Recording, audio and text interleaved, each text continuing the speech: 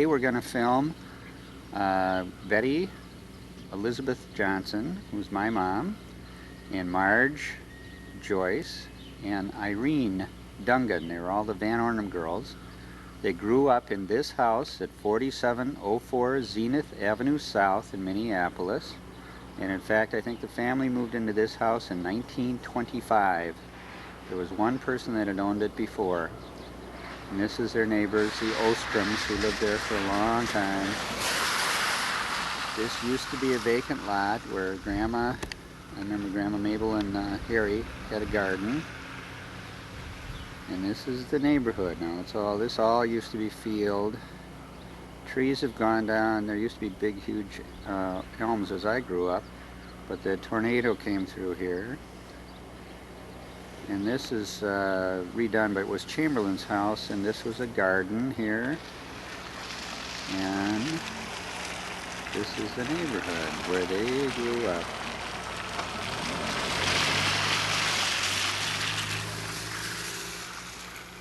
And we're looking north now.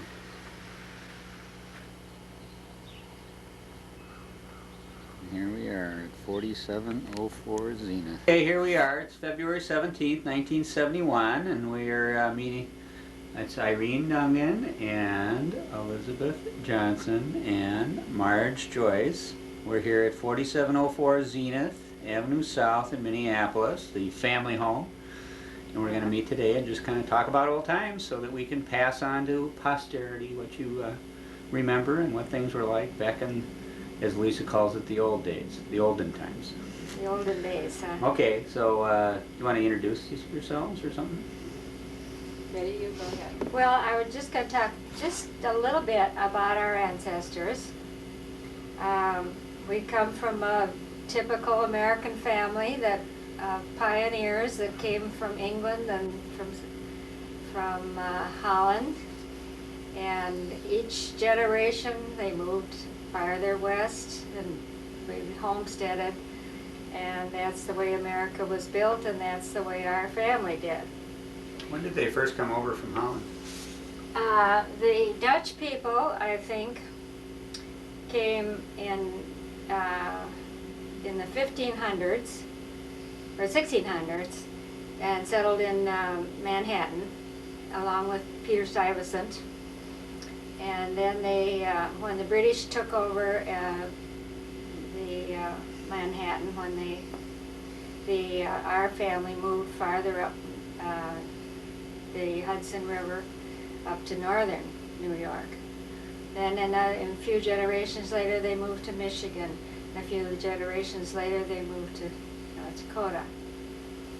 And it was the same with the English. They came, and the early Estes settled in 1636, settled in Salem, Massachusetts, and several generations later they moved to New Brunswick because they were royalists and they didn't want to get involved in the revolution.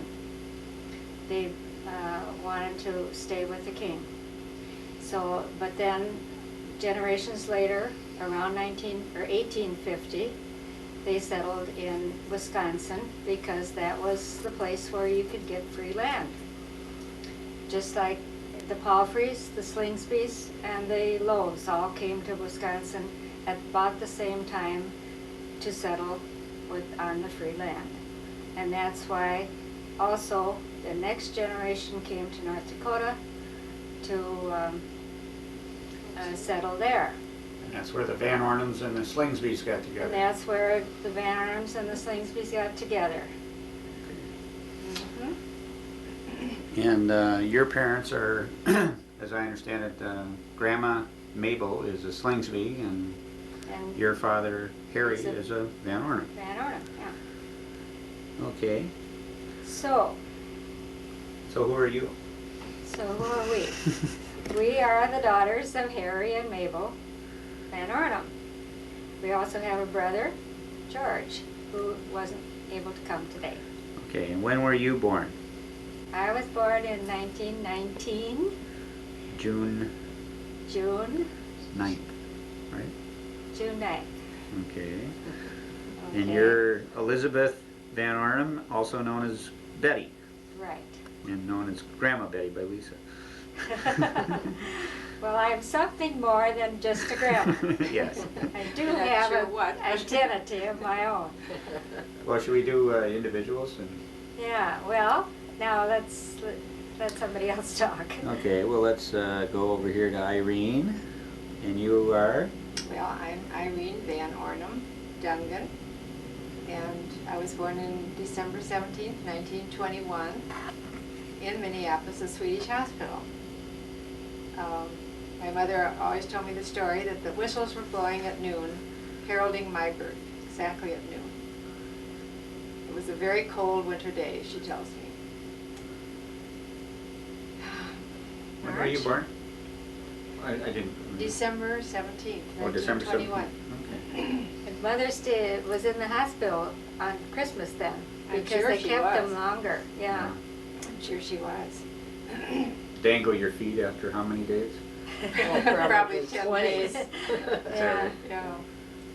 I don't think there was anything unusual about the birth, however, as there was when George was born. That was quite difficult. But Tell us a little bit about that. I don't really. well, she had a goiter operation while she was pregnant with George, and which complicated the delivery considerably. And there were many stories that she told we girls when we were children about that confinement that was quite unpleasant. But he was born and had a very lopsided head because of the difficulty of the birth. And she used to tell us, and I would just marvel at the story, how the nurses would hold the baby and shape his head with their hands. And by the time she took him home from the hospital, he looked perfectly normal. Wow. I don't remember that story. No, Don't I you? don't No, either. uh-uh. Yeah. Well, George can be thankful about that. Yes. Okay, and you married Harold. Harold Dungan, whom I met at West High School in about 1939, and we pretty much went steady with each other from that point on until we were married during the war, 1943. And so we just celebrated our 48th wedding anniversary, Congratulations. February 5th. And you had 3 boys. Yes, we have 3 sons. Tom, who lives in Dallas, Texas. John, who lives in Bloomington, Minnesota. And Bill, who lives in Florida. And he's married, has a little And boy. yes, Bill is married to a girl he met in college, Irene Beltry Dungan. And they have our only grandchild, except for Tom's adopted children. And that's Kyle, right? Right, that's Kyle. All right. We'll get back to Mom. I gotta figure out which one it is. It makes it easier here. Okay. And Marge. Okay.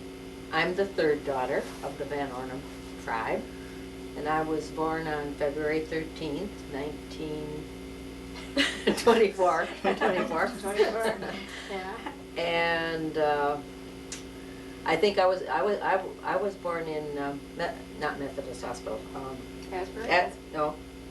Abbott Hospital. Abbott Hospital at 5:35 in the evening. So it was just before supper. Just in time for supper. Yeah. And apparently she didn't have any problems with me, except that I guess I was a fussy baby. But I got it all out of my system then. And as far as my life now is, I met a man down in Nashville, Tennessee when I was working for American Airlines back during the war. He was a radio man and I was in the radio department, and he took a shine to me, and we got married on April 18th, 1945, which the war was still on, but the war got finished later in the summertime. And what was his name? And his name is Kenneth O'Brien Joyce, a good Irish, 100% Irish. He comes from New Jersey. That's where he was born and raised, and lived in New York part of the time. But here he was down in Nashville, Tennessee, coming from the East Coast. I went to Nashville, Tennessee. I came from the Midwest, and we met and got married. And as a result of our marriage, we have 7 children, which are quite a few, shall we say. 5 of them are boys, and we have 2 girls. And the oldest child is a daughter, Barbara Joyce Glander now. And then we had Daniel O'Brien Joyce, and then Peggy Colleen Joyce, and then Jim, and then Rob, then Tom, and then David. And we are very fortunate that most of our children live right near this neighborhood. We have 1 son, the only one that lives out of town, that lives in northern Minnesota. So we do see quite a bit of each other, and everybody gets along fine. Now. You're still living on Lynn Avenue, what's that, 40? Oh yeah, we live at 4239 Lynn Avenue in the Morningside area, which is now part of Edina. But we still say we live in Morningside. Yes. And then Barbara's got 1 son, Jake. Yeah, Barbara has a son, Jake, whose 18th birthday is today. Ah. He is 18 years old. And, well, let's see, Dan, the first boy, he lives in northern Minnesota. He has 3 children. He has Cassie, and then Matthew, and then Karina. And they're all, well, like 14, 10, 12, and 10 years old now. And Dan owns the only restaurant in this small town in Little Fork, Minnesota. Seems to like it quite well. Works hard, but likes it. And the rest of the people here in town are mostly working people. Mm-hmm. Barb works at the Star Tribune. Peggy works, she's a cabinet maker, works for a big company. Dan, of course, has his own restaurant. And the others, one's a plumber, one's a... Rob's a plumber. Yeah, Rob's a plumber, and David, what is it, David? David is an electrician. Just like his, well, in a way, his grandfather would have been. Yeah. Our dad. He wasn't an electrician. No, but he was an electrical engineer. Yeah. And Tom and Angie, twin boys. oh yeah, oh yes. Well, as far as the children, yes. Tom and Angie, who he is married to, have little twin boys, and they are identical. I cannot tell them apart. The only one that can tell them apart is the mother. And then Rob, who is married to Cindy, who comes from the East Coast too. She comes from New Hampshire. Have a little girl named Annabelle. And of course, the grandchildren are the joy of our life. Mm-hmm. Okay, I think that's enough about my... Yeah. And Mom, you have 2 children, Margie, who lives in La Crosse. Yes, Margie and Dennis. Margie lives in La Crosse, married to Jim Stansfield, and they have Janet and Julie, who are now 20 and 18 years old. And then there's me. And then there's Dennis. The less Don't said forget about me. him, the better. No, Dennis is Our cameraman. yeah, our cameraman, and he's married to Barbara Swain, and they have a nice little girl named Lisa. Age 6. Elizabeth Ann, named after her grandmother's. Yes, that's right. And Dennis is a lawyer. Barbara's a social worker. Okay, well, where do you want to go from here? Is it off? No. Oh. We can talk. Well, you lived on Girard for a little while. and Yeah, then I'd have to talk about Gerard. Let's see. These are who? These are Harry and Mabel. These are their wedding pictures. They were married during the war, during World War I.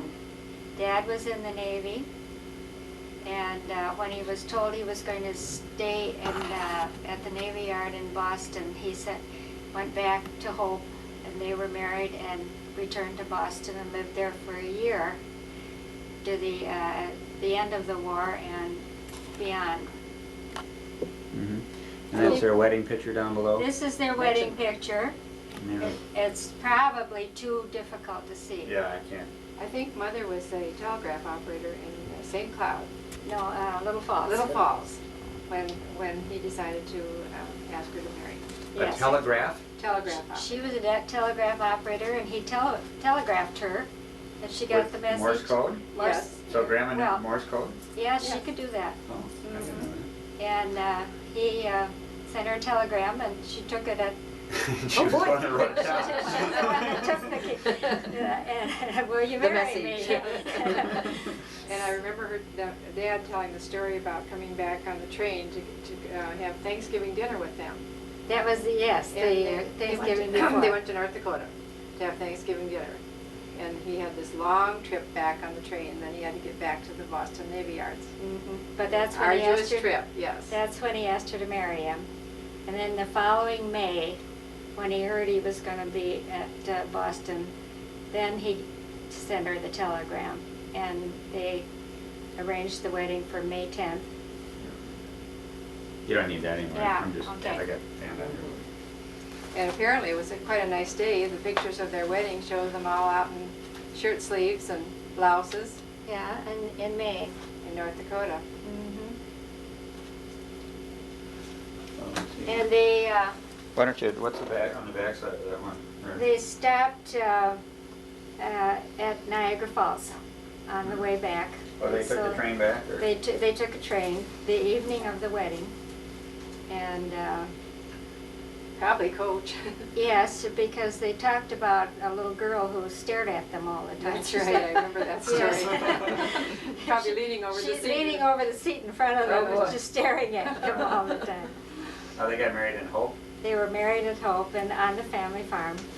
And then they went and they stopped at Niagara, which was the traditional honeymoon place. And then they spent a year in How Boston. about the flu? They had the flu. There was a terrible influenza epidemic at that Worldwide, time. really? Worldwide, yes. What year was this? In 1918 to 19, that winter. Wasn't she expecting you at that time? She was pregnant at the time, and she tells that the doctor, she overheard the doctor tell the nurse, well, I think the man will survive, but I don't know about the woman. She's pregnant, but she did survive. Well, I remember Mother telling particularly about that episode. They were so ill, and the doctor finally found some older woman who lived in the town who was willing to come over and sort of take care of them. And what she did was, it was wintertime, and she threw the windows open and piled the covers on their beds. And the room was just as cold as could be in the middle of winter in Boston. And Mother said they were just burning up with fever. And she just knows that this woman saved their lives. So. Really? Hey, I don't remember that story No. either. See, everybody has their own. Yeah, Well, everybody Things else that had they given know. them up. yeah, Yeah. but they survived. Okay. That's probably why you and I like to have our windows open all winter long. With the snow blowing in on our covers. Were you one of those too? Oh, Oh, yes. yes, I still am. Definitely. I am too. Well, I was, but I got over that. Well, I can remember as a kid over here, we lived on 47th and Abbott over there, and having the window open and actually snow coming. Oh, yes, Oh, yes, yes, yes. We used to have the snow on our beds. Yes. Yeah. Well, back when the old storms, you could push them out. So Oh, yeah. Yeah. Well, Yeah. we remember. Yeah. Yeah. So anyway, after the war was over and Dad was released from the Navy, they came back to Minneapolis. He had a job here, you know, with General Electric, and they moved into a little apartment on the second or third floor over on 24th and Girard, and they spent the first summer there. Remember the address? And when I was born in June. Remember the address? Address on 24. No, 24th. it's just 24th and Remember where that Girard. was. Would be across And, but then in the fall, they bought this little house on 2904 Girard, which is right behind the library. what used to be the Walker Library, and is now a restaurant. And they borrowed money from Mabel's father, which is a normal thing to do. People are still doing it. For Yeah, the Mabel's dog. dad was who? George Slingsby. And What did George Slingsby do? Was he just a farmer, or? he was a farmer. He was in a North gentleman Dakota. farmer. Well, he was a hard worker. I know. We always had the impression that they were gentleman farmers. There was a distinction, that's what Mother used to say at least. Oh, is that right? What was the distinction, you know? Well, there's quite a class distinction in Hope, North Dakota. Oh, You yeah. could believe it, in all those 300 people. Yeah. And even though they were poor, they always were They were on the other side of the tracks, the right side of the tracks. Uh-huh. They were the elite of the society of Of Hope? Of Hope. Yeah. I think Hope was larger than, I think there It were about was- 1,000 people What was there? at that at time. one time, yeah. But anyway, at least they thought they were. Yeah. It was the Scandinavians weren't quite Oh, yeah. up to them. The Hogwasses and the Quinnettes. And It was the English ancestry people that were the top ones. But anyway, Well, I think they were too, because we've often talked about the education that Mother and Emma had, and the way they learned to speak. They certainly were well-educated people. yes, they didn't have college educations, but they were. Well, Mother certainly went to college, and Well, Emma. I mean, Emma her did, yeah. Oh, ancestors. her parents. Her Yeah. parents, I don't think, but But they did speak well, They and did. they wrote well, and they had manners. And, yeah, and, they were gentry. Gentry, yeah. And then Emma's grandma, Mabel's sister. Yes, Emma was her She only was sister. older, She's right? 5 years older Oh, than 5 years. 5 years, yes. There was a baby boy that was born first who didn't survive. He would have been George Slingsby III. And Or he Mother, was, I Mother guess. always said he starved to death. Yes, he didn't. He didn't have she formula didn't have in those enough days. milk, and there was no cow, and he just wasn't able to survive. He had allergies probably, you know. Mm. But today they'd give him a formula. Lisa would have had trouble. She might Mhm. have, yeah.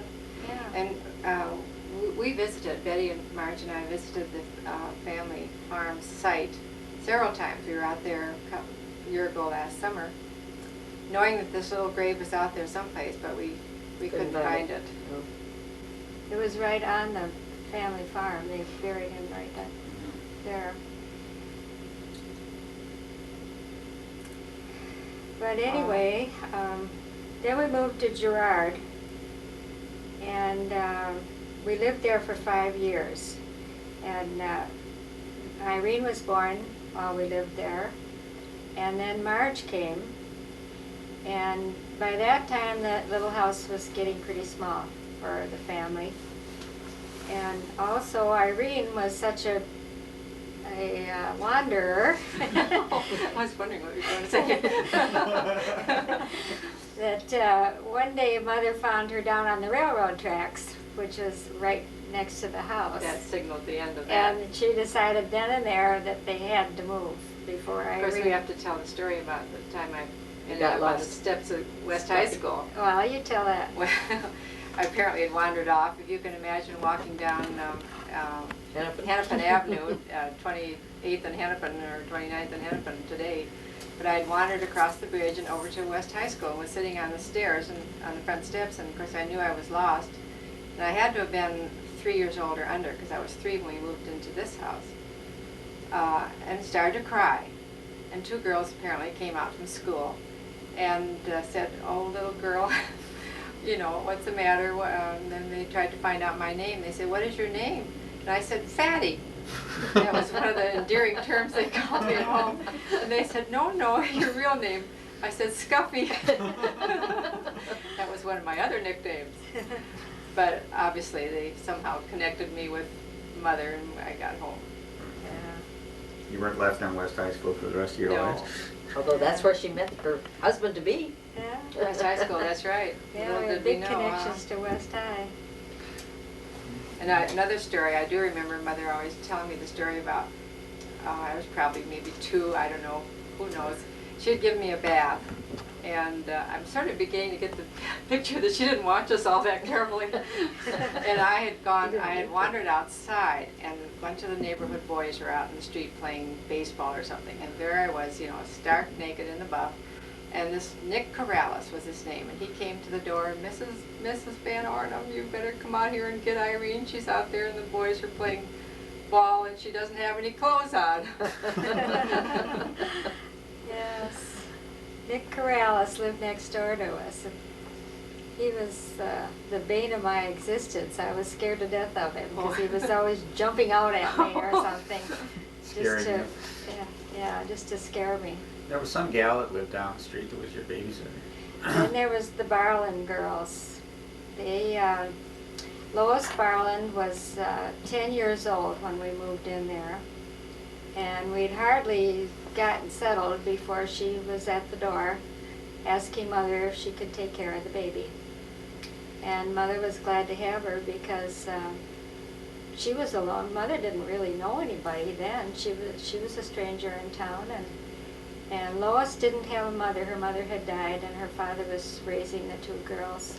Lois Barland. Mm-hmm. Lois Barland. And so Lois became practically a member of the family. She spent a lot of time at our house and took care of all of us kids. And she was a big influence in my life. I remember her coming back from Africa with the, she was the one that took all the She trips. did a lot of traveling She and went she everywhere. later and took pictures, and we always enjoyed her Oh, they were great. travelogues. They were too, they were wonderful. She just died a few months Oh, did ago. I still remember The story seeing that I her. remember being so impressed with about Lois Barland was she was in Honolulu when the Japanese bombed Pearl Harbor that December 7th, 1941, and heard graphic descriptions of that day and how it happened. And then they evacuated the wives and children from the islands, and she had to take a boat. And she had one child strapped to her, that was a baby. She had 5 children, wasn't it? 5, and she had all 5 children, and one child on her back the whole time. And they zigzagged, I think she said it took 21 days to get from Honolulu to San Francisco or Los Angeles by, diversionary tactics with the boat. And at all times she had life jackets on these children and life jacket on herself with this child on her back. She lost a lot of weight on that. Yeah. Wow. What do you remember? You don't remember Gerard at all, I suppose, No, huh? I was only a year old, I think, when we moved here. Yeah. Because my birthday was on the 13th of February 1924, and we moved in here in March of 1925. Yeah, you were just So, a little over a year when we moved here. We would go back in that neighborhood once in a while to see Lois and Genevieve Barland, and that's all I remember is just knowing that I had lived there. It's a parking lot now, Yeah. which is so typical. Yeah. I remember the night that Mother and Dad and I came out to this house to look at it when it was for sale. It was in the evening, it was dark, in wintertime, and I can still see us looking around from room to room, and the family that lived here had this living room just stacked full of furniture. They had a piano, they had a big library table in the middle. Did they have a baby grand? Well, I don't know if it was a baby grand, but anyway, they had just an awful lot of furniture in here. And but anyway, we of course I wasn't in on any of the negotiations, but they did buy it, and we moved in March. We came out here. I had gone to Calhoun School for kindergarten, and then we came out here, and I started Fulton as a First grader? no, in Second? kindergarten. Oh, in kindergarten, okay. The first day I cried and sat on the teacher's lap and was comforted by Miss Eastaken. We all had Miss Eastaken for kindergarten. And Miss Gilbertson. Oh, yes. Well, Miss Gilbertson I didn't have. Oh. You had her, but There was another teacher then. Kind of cross. Somebody She that- was. this- Miss Eastaken was nice, Yes, but Miss everybody- Gilbertson was cross. Yes, yes, I remember that too. Well, Miss Eastaken was the one that held me. And as you were talking, I was just thinking about when you were talking about the house. Remember the light fixture with the purple Oh, glass yes. ball that Right up hung there. there, There was right one, from the ceiling uh-huh. there? Mhm. And we Yes, used to. there was one light fixture in each room and one outlet. And that's it. Electric. And I can remember sitting over there and rolling the rug back, because we had area rugs instead of carpeting, a rug here and a rug there, and maybe a little scatter rug in the middle. There was a space, yeah, with Yeah. a And rug we'd of- take that rug up, we'd sit there and play jacks. Yes. On the floor. Or else we'd go in the bathroom and do it on the tile floor. Yeah. Play jacks in there. Maybe, I don't remember, I I can't say I remember honestly doing that. remember We're out that. there on the front steps. Yeah. Oh, yes, outside, of course.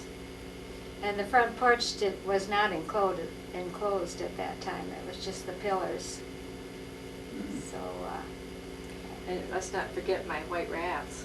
oh, yeah, well, you tell about I that. had two pet white rats. I don't know why in the world Mother ever let me have these white rats, but I did. Neighbors, I recall, they were about that long with their long ratty tails. We used to stick them down our neck and let them run up our sleeves, and oh, they were the most repulsive things, but I thought they were wonderful. Their How old names were you were then? Perky and Pokey, Perky and Pokey. and they must have both been boys or both been girls, because we never had any baby rats.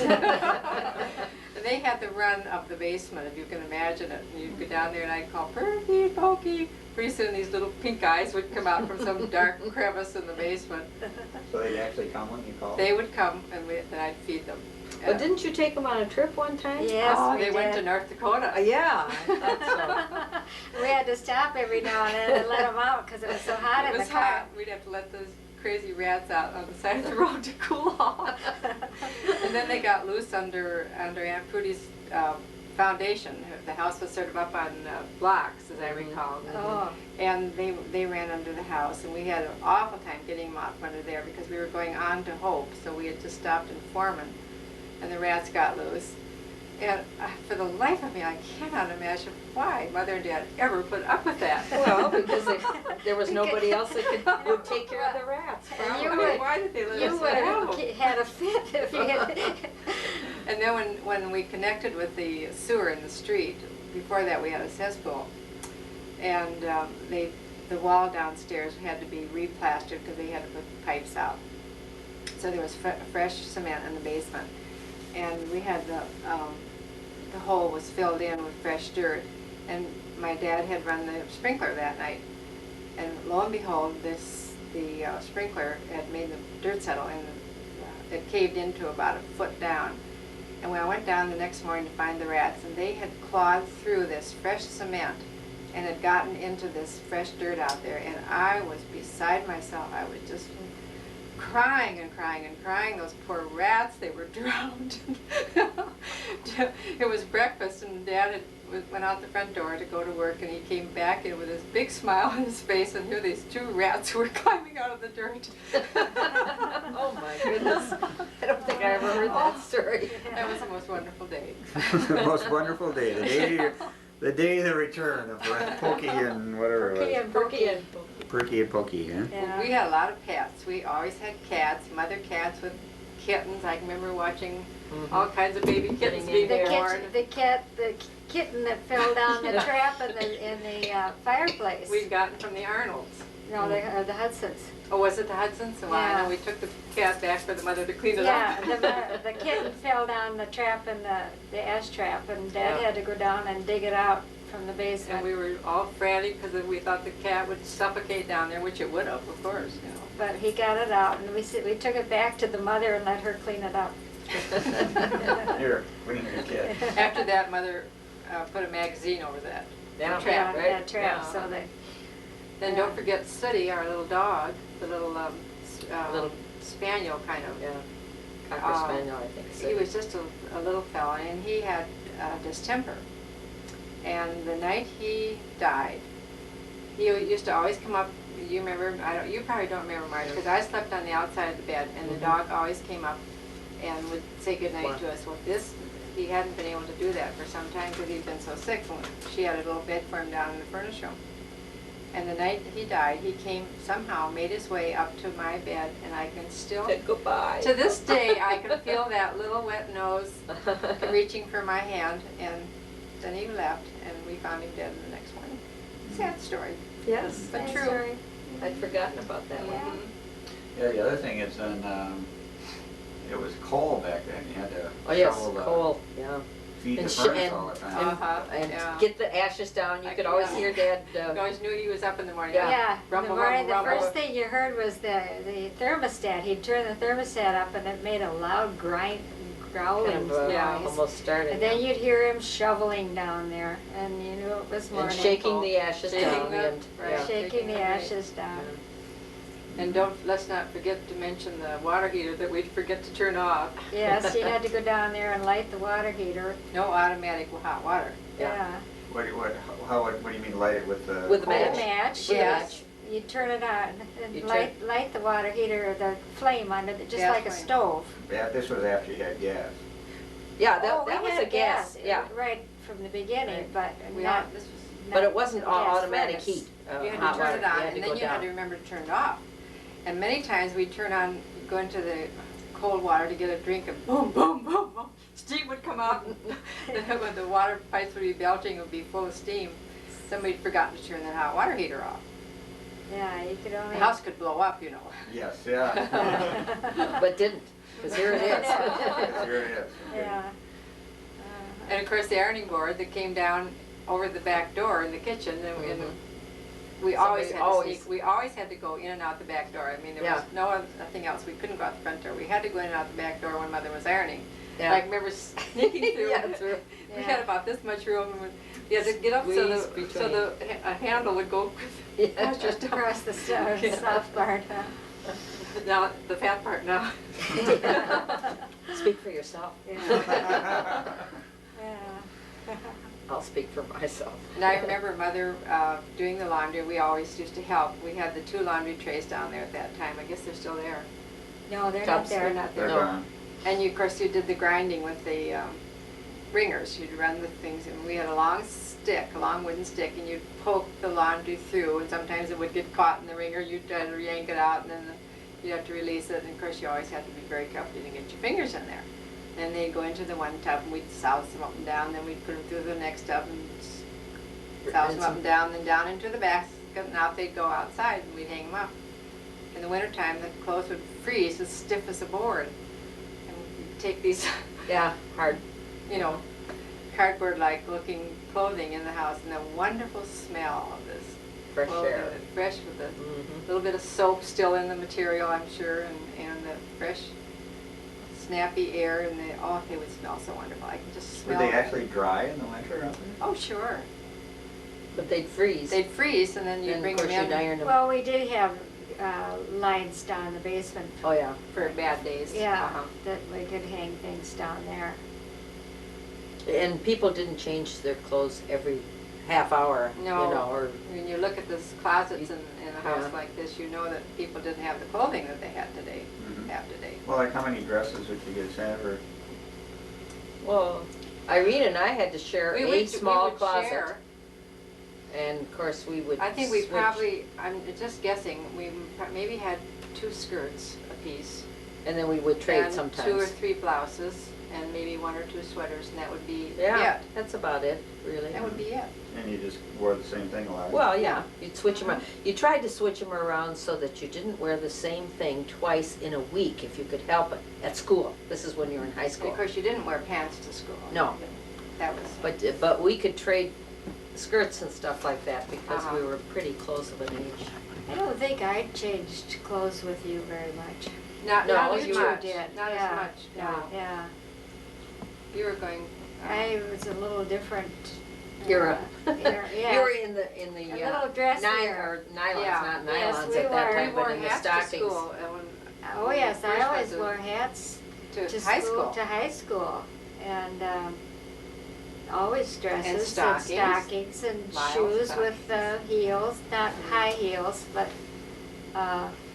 you know, Cuban heels they call them. Yes, that's right. But by the time we went to high school, we could wear sweat socks and moccasins Bobby's or been- saddle shoes Saddle Uh-huh. shoes, and just But the first- anklets, you when I know. when I first went to West High School, I wore a hat to school. Not every day, Yeah. but I wore a hat. I remember going without a hat when it was below 0 weather because It it was changed the just style. Yeah, rapidly. it And changed let the- very rapidly Yes. during the time between Yeah. me and you. But we were not allowed to wear slacks. Slacks were Only not in on, yet. on Green and White Day or Pioneer Day. Then we wore jompers.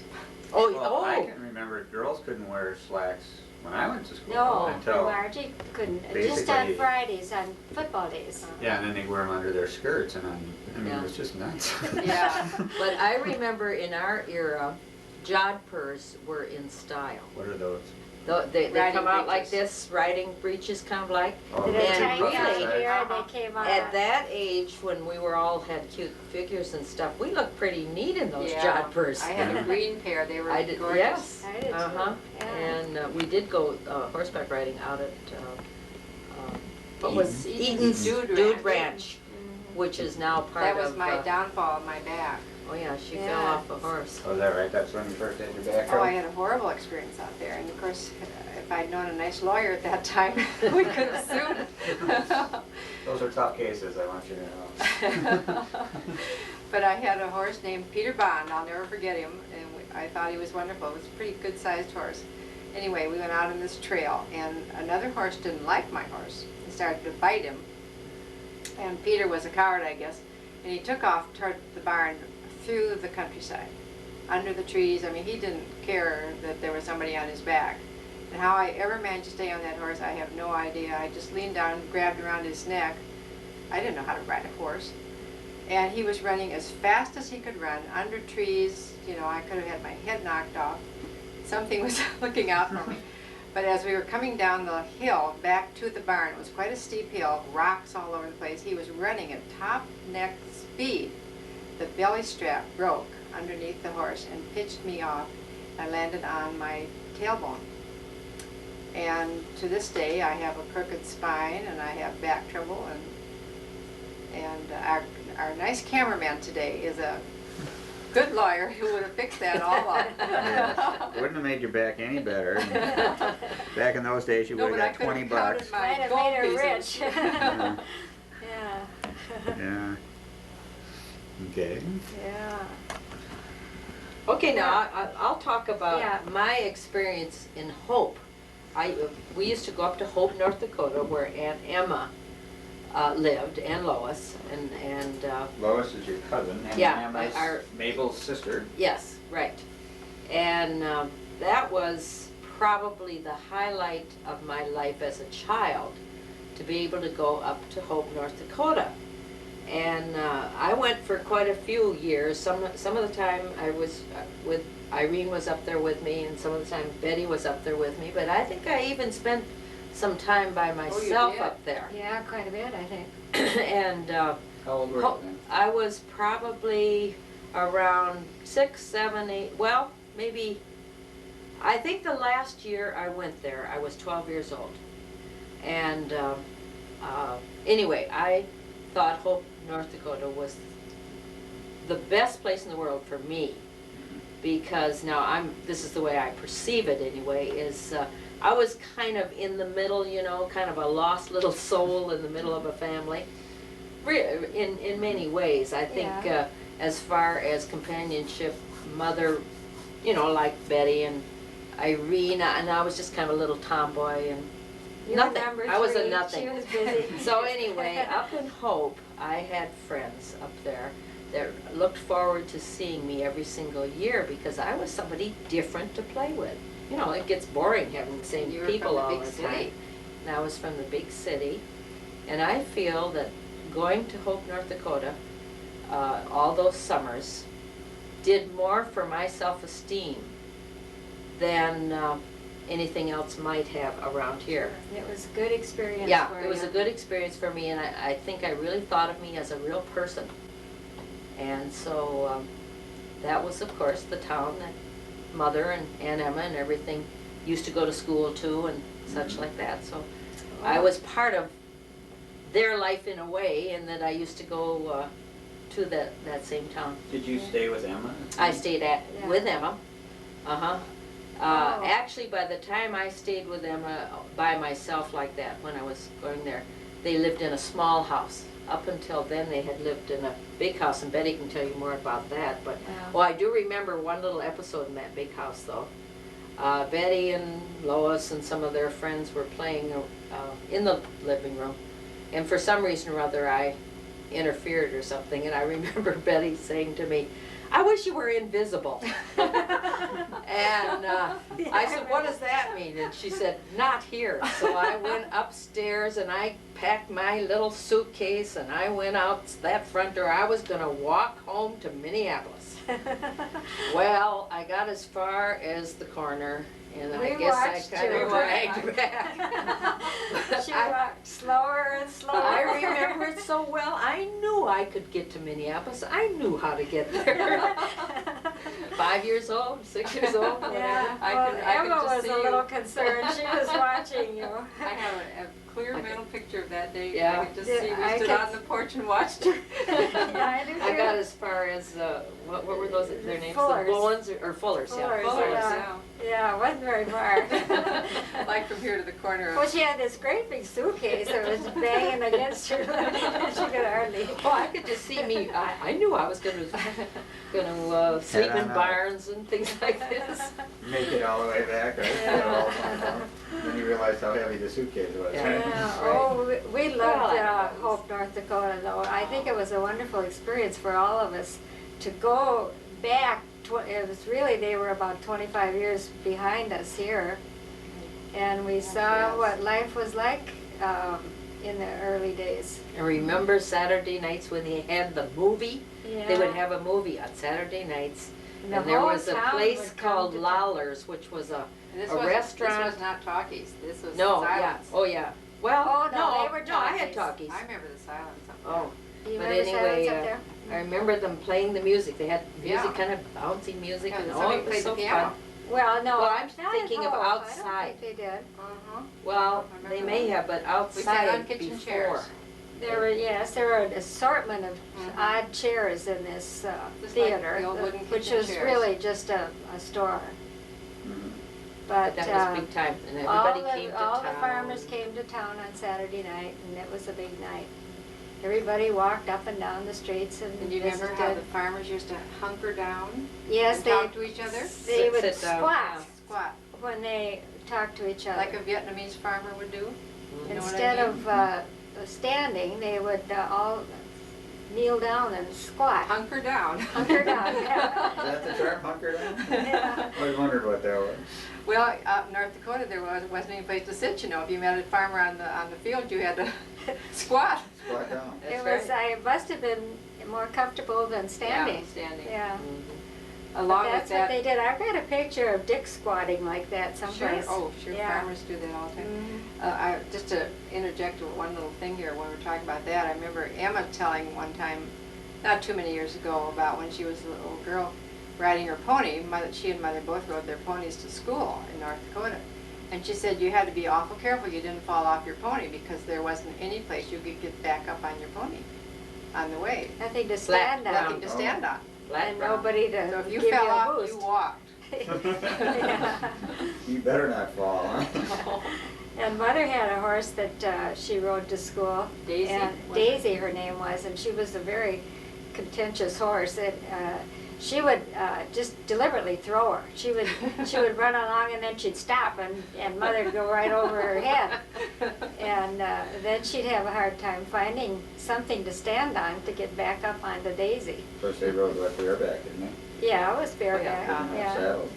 yeah. And remember Dad talking about the storms out there, the winter storms? He said the snow would drift to 25 feet deep, and you could would get a crust on the top because of the cold weather and the wind, and you could drive a team of horses across this crust of snow, and there'd be 25 feet of snow underneath you. Yeah, Grandma said that used to form around the house. Sure. And you could actually drive it, it'd almost be as high as the roof of the house Uh-huh. Yeah. in the wintertime. That's Of course, with that great. wind across the Oh, prairie. yeah. God. Well, and there were lots of stories of people getting lost just going from the house to the barn during a blizzard. They Mhm. would completely lose their sense of direction.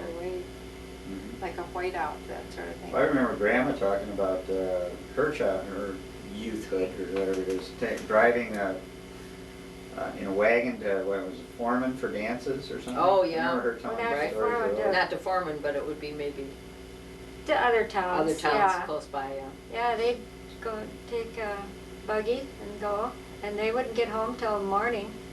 Well, she said they used to head out and then they'd decorate probably all day, and then they'd dance all night, and then they'd head back. And I remember talking about some guy that was a piano player that would play piano both for the decorating and the dance and all that sort of thing. Oh, really? He No, eventually he's found out Yeah, you- something I've never heard. I He never heard eventually that committed story. suicide, as I remember. Oh, really? Yeah, he Oh. was, he's somebody that was troubled, but he was a great piano player, and she Oh, loved the dances. And Mhm. oh yes, I know she Mother loved was a to great dance. Oh, she dancer. was a dancer. She I was also very remember, popular. remember her telling about one time she had been on a date, I don't know if they called them that then, and they had come home and it was night, dark at night, and she and this young man sat outside, and she said, we watched the rabbits play games. Oh, yeah, you know, that does happen. And she said there was a bright moon, and she Uh-huh. was just Yes, fascinated with these big jackrabbits playing organized games out in the field. And we sat there for the longest time watching that. Mhm. It was kind of interesting. she Yeah, said she rode on a motorcycle in North Dakota back when she was young, too. Aha, a motorcycle And that back would in have those been quite days. risque back in those days. Yeah, Oh, Mother had a lot of. yeah, I'm sure she wasn't an old I think stick. she had a good time. She was a party hardy. Yeah. Although I don't remember her drinking very much. I'm No, not sure. I don't think. No, they I don't drank. think you No. did in those days much. You No. know. You just went I'm out not and had a sure good that time. Dad had much fun when he was a kid. No, he was Yeah. such a hard worker. And they had such a hard life. They lived so meagerly and poorly. And he told about having nothing but cabbage one winter. And spoiled potatoes. Spoiled. Frozen. potatoes. The potatoes were frozen, but Mm. they had to eat them anyway. And about the doll that Prudy made for Lil Bell out of old rags. That was her corn only- husk and a doorknob. Mhm. Or no, A the top of a round thing on top of the a pump. Yeah, Yeah. that's what he Mhm. used. That was- Grandpa came, how many kids were in his family? There were 9 of his in his family. One of them had died as a child. And Aunt Prudy's his sister. Aunt Prudy is his oldest sister, and she was really like a grandmother to us. We didn't know our grandmothers. Dad's mother died before I was born, and Mother's mother died when I was 6. I vaguely remember her, but I don't think the other girls do. I was a year old. I do just dimly. Mhm. So we really didn't have a grandma, and Prudy was the Kinda seemed next like thing one. to it. Yeah. She was She was a quite jolly. a bit older than Dad, and white-haired, white-haired. and she Big visited woman. us quite often. She was big one. Yeah, she was She a was big a big woman, woman. tall as well as heavy, Uh, but had a charming And laugh. she laughed, yes, that was the and thing. was I a always think about wonderful it. cook. You remember about her was her laugh. Yeah. And there's rolls, remember her rolls? Mm. Yes. Homemade Well, I bread. remember Grandma's, who made the rolls all the time? Was that Grandma or Aunt? Yeah, Emma. Emma. Emma. Emma made good rolls. Well, And Mother Grandma made- made the donuts, right? Yes. Yes, and baking powder biscuits she used to make. Yes. Yeah. For, Well, Mother was a good cook too. oh, wonderful cook. Yeah, and Well, I her remember mother the was a donuts good and the cook. donut holes. Yes. That was great. Uh, Yeah. So, well, how are we going with Well, time? we're gonna take a little break.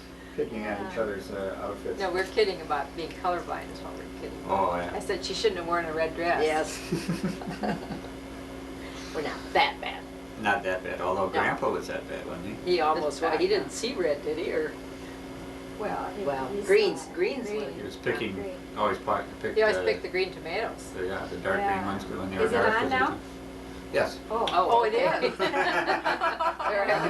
rubbing my I nose just again. thought I'd get you. So yeah. don't do anything embarrassing. Well, Betty thinks we should talk about our younger years here, Okay. you The know. early days in this neighborhood, when this was a brand new neighborhood, there were only the 4 houses on this block, ours and Ostrom's, and across the street there was Chamberlain's and Miss Branham. The rest of the whole 2 blocks was swampland. Was it really swamp? I mean- Peat bog, Peat bogs, yeah. and if you walked down in there, you could sink down to your hips. Really? It was, And and it wild was, rice. and it was wet. What? Wild rice grew out there too. Wild rice? And marijuana. And marijuana, Irene. Did you know it was marijuana back We then? did. Yeah? I didn't. I didn't It either. was across the street Yeah. where the marijuana grew. I never And even. how did you know, Irene? I don't know. Probably. As long as I can remember, I knew what marijuana is. In fact, Frank Toller stuff. I was gonna say, I was just gonna say, I bet Frank Toller's told you. Frank was a little bit of a problem, was he? He was Well, ahead of his time, shall we say. Yeah. Uh-huh. Now I remember what it was I had thought of when you What? talked about the swamp or whatever down the street. It was a dump.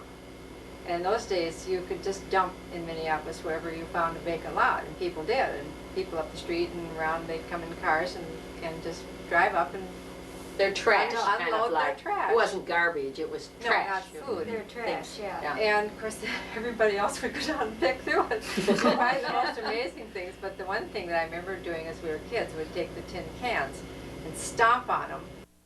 They'd stick on your, on the instep of your foot, and then you'd clop like you had yeah, walked around with these cloppity things. shoes. And we'd all go clopping around. You remember that, don't you? Yes, I remember that. Yeah, I didn't do it, Yes. but I know you kids did.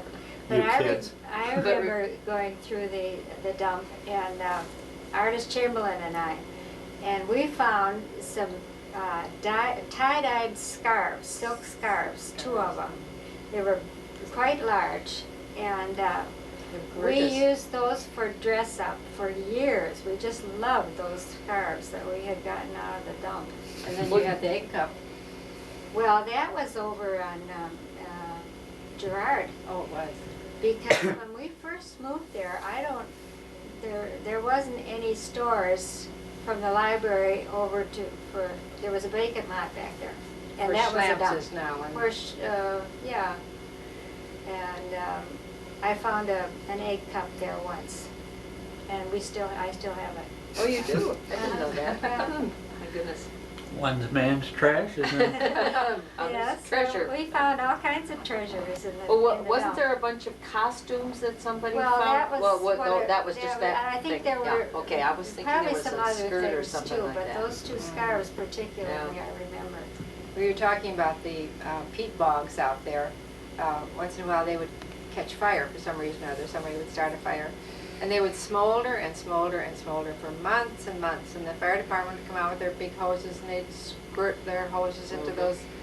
And I can remember several years that those peat bogs were just smoldering all winter long, a little bit of smoke coming out. Hmm. And also, I remember during the dry times when the peat was wet, we'd run down in these trenches. Yes. They'd be up over our heads. We could be as deep as this room almost. I mean, not quite, but as a child, perhaps from there on up. We were in army trenches. We'd run through those. We'd come home every night, filthy, dirty black.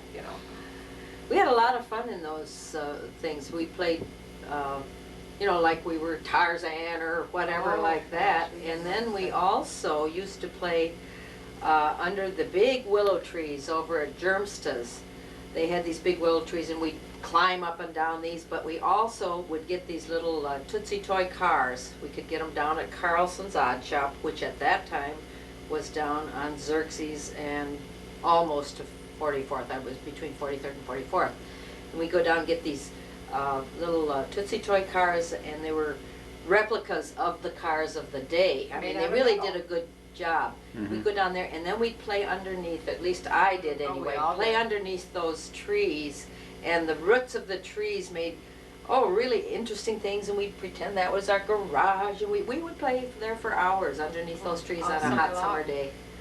We used to climb in those trees like like monkeys. Tarzan, yes. we'd Right. go. And the story was, Yeah. I don't know if it was true, that those were fence posts.